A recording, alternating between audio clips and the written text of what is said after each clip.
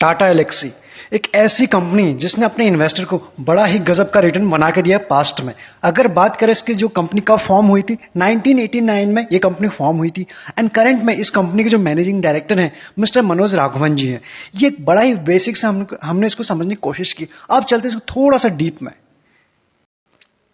जैसा कि हम जानते हैं टाटा एलेक्सी एक मिड कैप आईटी कंपनी है, लेकिन कौन कौन सी सर्विस प्रोवाइड कराती है अगर उसके ऊपर नजर डालें, जैसे कि सबसे पहले जो टेक्नोलॉजी कंसल्टिंग का कंसल्ट की कोई चीजें हो, किसी कंपनी को, किसी इंडस्ट्री को, किसी कोई कंसल्ट करना है उसके सर्विस प्रोवाइड करती है। न्यू प्रोडक्ट डिजाइन, अगर किसी प्रोडक्ट में डिजाइन की हेल्प चाहिए वो भी करती है। डिजाइन एंड डेवलपमेंट दोनों चीजें काम करती है। एंड टेस्टिंग सर्विस यानी कि शुरू से लेकर आखिरी तक के हेल्प करवाती है। और सिर्फ किसी एक इंडस्ट्री को नहीं, जैसे कि ऑटोमोटिव इंडस्ट्री को, ब्रॉडकास्ट को, consumer electronic, health care, telecom and transportation industry को, यानी कि मैक्सिमम जो इंडस्ट्री है सभी में ये काम करती है। इसके अलावा सिर्फ इतना ही नहीं, इनका जो मेन काम होता है ना ओईएम सप्लायर के साथ होता है। अब ओईएम कौन होते हैं? अगर आपने हमारा कल का जो वीडियो है देखा होगा डिक्सॉन के ऊपर, वहां डिटेल में समझाया था कि ओईएम क्या होता है, यानी ओरिजिनल इक्विपमेंट मैन्युफैक्चरर। अब देखिए ये क्या होता है। ये जिन सेक्टर के साथ काम करते हैं, ऑटोमोटिव हो गया, हेल्थ केयर हो गया या फिर कुछ और। अब ये टाटा एलेक्सी ये तो एक आईटी कंपनी है, ये तो उसका इंफ्रा बनाएगी नहीं, इंफ्रा कोई और ही बनाएगा जो उसका ओरिजिनल इक्विपमेंट मैन्युफैक्चरर होगा। तो इनका काम हो जाता है उसमें आईटी सर्विस प्रोवाइड कराना, यानी कि टेक्नोलॉजी का यूज किस तरह से उसको बेहतर बनाया जा सके। तो इसलिए दोनों मिलके काम करते हैं सो दैट प्रोडक्ट वो बनाएंगे, आईटी इनकी रहेगी और उसके बाद जो फाइनल जो एंड प्रोडक्ट होगा वो एक डिजिटल प्रोडक्ट हो सकता है। इस तरह से कुछ ये काम करते हैं, तो उनके साथ भी काम करते हैं। हमने तो ये तो देखा कि ये कंपनी डिफरेंट इंडस्ट्री में काम करती है या फिर अपनी सर्विस प्रोवाइड कराती है। वही रेवेन्यू की बात करें, किस इंडस्ट्री से कितना आता है, अगर बात करें ब्रॉडकास्ट एंड कम्युनिकेशन इंडस्ट्री से, तो इनके पास रफली बात करें 44% का रेवेन्यू उस इंडस्ट्री से आता है। उसके बाद जो आता है ट्रांसपोर्टेशन इंडस्ट्री से 41% का, health care and medical devices से आता है 10%, बाकी अदर 4%। यानी कि हमने देखा इनका जो काम होता है आईटी सर्विस प्रोवाइड कराना, डिजाइन, डेवलपमेंट, टेस्टिंग, ये सारी चीजें उसके लिए ये काम करती है मिलके ओईएम के साथ। जब दोनों एक साथ मिलके काम करते हैं, रिसर्च होता है, डेवलपमेंट होता है कि इस तरह का प्रोडक्ट होगा, इस तरह से हम मैन्युफैक्चर करेंगे, इस तरह से आपकी तरफ से एक आईटी सर्विसेज आएंगे, देन फाइनल प्रोडक्ट जो होगा वो इस तरह से होगा। यानी दोनों कॉम्बिनेशन से काम करती है। उसके बाद जो रेवेन्यू आता है, किस इंडस्ट्री से कितना आता है वो हमारे सामने है। किस इंडस्ट्री से कितना रेवेन्यू आता है वो हमने देख लिया, किस कंट्री से कितना आता है वो भी हम जान लेते हैं। अगर आप यहां देख पाओगे यूरोप से इसका आता है 36.5% का रेवेन्यू जाता है। मेजोरिटी जो वहां से वो आता है वो यूरोप से आता है। उसके बाद आता है अमेरिका से 36%, यानी जरा सा कम है। एंड उसके बाद इंडिया से 13%, यानी कि जितने भी इसके मेजोरिटी क्लाइंट हैं, जितना भी इसका रेवेन्यू आता है वो फॉरेन कंट्रीज से आता है। बाकी रेस्ट ऑफ द वर्ल्ड से इसका 14.5% के आसपास का रेवेन्यू आता है। क्यों कंपनी थोड़ी सी एक्सपेंसिव है, अगर उसके ऊपर नजर डालें किस तरह से कि आरओसी 2012 से लेकर 2021 तक रफली बात करें 10 साल में किस तरह से इंक्रीज हो रहा आपके सामने। 25 से कभी कम हुआ ही नहीं, यानी मिनिमम भी वहां था जहां तक छोटी मोटी कंपनी पहुंच नहीं पाती 25। उसके बाद आप देख सकते हो कभी नीचे डिप आया नहीं, सिर्फ अप ट्रेंड बना हुआ है। अभी 2021 में जरा सा कम है कंपेयर करें पिछले 1-2 सालों से, लेकिन अभी भी 40 के आसपास है, काफी अच्छा है। एक पैरामीटर पे हमने देखा कंपनी ने किस तरह से अच्छा किया, दूसरे पैरामीटर पे देखें जो रीसेंट का एक्शन रहा है, यानी कि Q4 का रिजल्ट। अब आपके सामने यहाँ आप देख सकते हैं, यानी कि जो इस बार Q4 के रिजल्ट आए हैं उसमें अगर हम नेट प्रॉफिट की बात करें 40.03% की जंप आई है, तो आप समझ सकते हो किस तरह से कंपनी ने बेहतरीन रिजल्ट पोस्ट किया है। पिछले साल से अगर कंपेयर करें 82.08 CR था और अभी आया 115, यानी काफी अच्छा आपको जंप यहां पे नजर आ रहा है नेट प्रॉफिट में। वहीं अगर बात करें इसके रेवेन्यू के, रेवेन्यू फ्रॉम द ऑपरेशन ये जो मेन हो जाता है, यहां पर भी आपको 18.1 की जंप आ रही है, जो अगेन हमारे लिए एक पॉजिटिव बात हो जाती है। दो पैरामीटर हमने देखे, दोनों के अच्छे थे, यानी कि आरओसी और Q4 के रिजल्ट। अगर थोड़ा सा और डीप में जाएं, इसका ईपीएस देखेंगे इस क्वार्टर का, यानी कि आप देख पाओगे 18 का जो अच्छा है। इसका कंपनी के पास डेट कुछ भी नहीं है, जो हमारे लिए और अच्छी बात हो जाती है। जो कंपनी का कैश फ्लो पर शेयर निकल के आ रहा है वो निकल गया 70 का, एंड अभी जो इसका फ्री कैश फ्लो बच रहा है 70 में 61, यानी कि काफी अच्छा है। कंपनी का फ्री कैश फ्लो है, इसीलिए कंपनी बाकी चीजें अपने ग्रोथ में अपने पैसे को लगा सकती है। यहां पर भी हमें कंपनी बड़ी ही साउंड लग रही है। इसके बाद अगर हम बात करें सेल्स ग्रोथ के ऊपर, आपको क्लियरली यहां पर विजिबल है 5 साल, 3 साल और 1 साल में किस तरह से कंपनी बढ़ रही है, यानी सेल्स ग्रोथ अच्छी है। बहुत बार हमने देखा जब हम कंपनी का एनालिसिस करते हैं प्रॉफिट ग्रोथ तो होती है, लेकिन सेल्स ग्रोथ काफी बहुत सारी कंपनीज की कम होती है, यानी यहां पर इस कंपनी की वहां पर भी कोई ऐसा प्रॉब्लम नहीं आ रही। आप प्रॉफिट ग्रोथ देख सकते किस तरह से बढ़ रही है आपके 5 साल 3 साल 1 साल यानी बढ़ते हुए जा रही है, कहीं पर भी कोई शिकायत का मौका नहीं दिया है। नेक्स्ट बात करें आरओई, आरओई भी आप किस देख सकते हो बेहतरीन है, 5 साल हो या 3 साल या 1 साल, यानी छोटे टाइम फ्रेम में और बड़े टाइम फ्रेम में कंपनी ने दोनों टाइम फ्रेम में अपनी जो फंडामेंटल जिसे बोलते हैं ना स्ट्रांग, वो काफी स्ट्रांग है, उसको मेंटेन किया। आरओसी तो हम देख चुके हैं, लेकिन आप यहां देख सकते हो बिल्कुल मेंटेन्ड है। इन सब के बाद डेट तो बिल्कुल भी नहीं है, यानी कि जितने भी चेक मार्क होते हैं किसी भी अच्छी कंपनी के सारे ओके हैं। आप यहां देखो प्रोमोटर के पास मेजॉरिटी जो होल्डिंग बनी है 44% के आसपास प्रोमोटर्स के पास है। प्रोमोटर किसके? टाटा ग्रुप।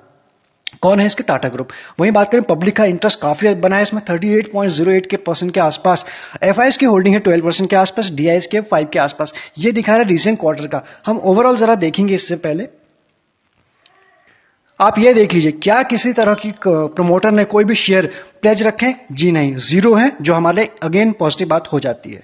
इन सब के बाद अगर कंपनी के 2008 से 2021 के बैलेंस शीट के ऊपर नजर डालें, अब आपके सामने कुछ डेटा अवेलेबल है, यानी अगर हम सिर्फ नेट प्रॉफिट के ऊपर फोकस करें, अब आप यहां देख पाओगे क्लियरली 240 सीआर 18 में, 290, 256 एंड 368, यानी कि चीजें बढ़ रही हैं। उस हिसाब से हमें डिप नजर नहीं आ रहा, जो हमारे लिए अगेन अच्छी बात हो जाती है। हमने जस्ट देखा था रिसेंट क्वार्टर की होल्डिंग के ऊपर नजर डाला। अगर थोड़ा सा पास्ट में देखें किसने खरीदा किसने बेचा, तब समझ में आएगा। आप 2018 से लेकर 21 तक का डेटा आपके सामने अवेलेबल है। प्रमोटर के पास जितने थे ऑलमोस्ट उतने इंटैक्ट है, तो वहां पे कोई ऐसे टेंशन की बात नहीं है। एफआईएस के पास थे 2018 में 10 के आसपास, अभी हो चुके हैं 12 के आसपास, यानी धीरे धीरे वो अपनी होल्डिंग को बढ़ा रहे हैं, हमें यहां पे दिख रहा है। बात करें डीआईएस के एक्शन की, डीआईएस के पास 6 के आसपास था, अभी 5.32, यानी कि रफली बात करें उतना ही है। पब्लिक का इंटरेस्ट काफी टाइम से इसमें बना हुआ है, 38% पहले भी था, अभी भी 38%, यानी पब्लिक का फेवरेट स्टॉक ये दिख रहा है यहां से। हमने शेयर होल्डिंग पैटर्न पे तो देख लिया, यानी उसके ऊपर नजर तो डाल ली। अब देखते हैं कौन सा वो म्यूचुअल फंड है। ये वो छह म्यूचुअल फंड है जिन्होंने एज ऑफ नाउ इस कंपनी को इन्वेस्ट किया। सबसे पहले निकल के आता है Axis growth, opportunity fund direct growth, उन्होंने इन्वेस्ट किया। एक्सेस का दूसरा स्मॉल कैप, सेकंड थर्ड है टाटा का है, टाटा एथिकल। उसके बाद नेक्स्ट है टाटा मिड कैप का। तो एक्सेस का थर्ड फंड है इसमें Axis mid cap direct plan, and उसके बाद Invesco India small cap fund direct growth.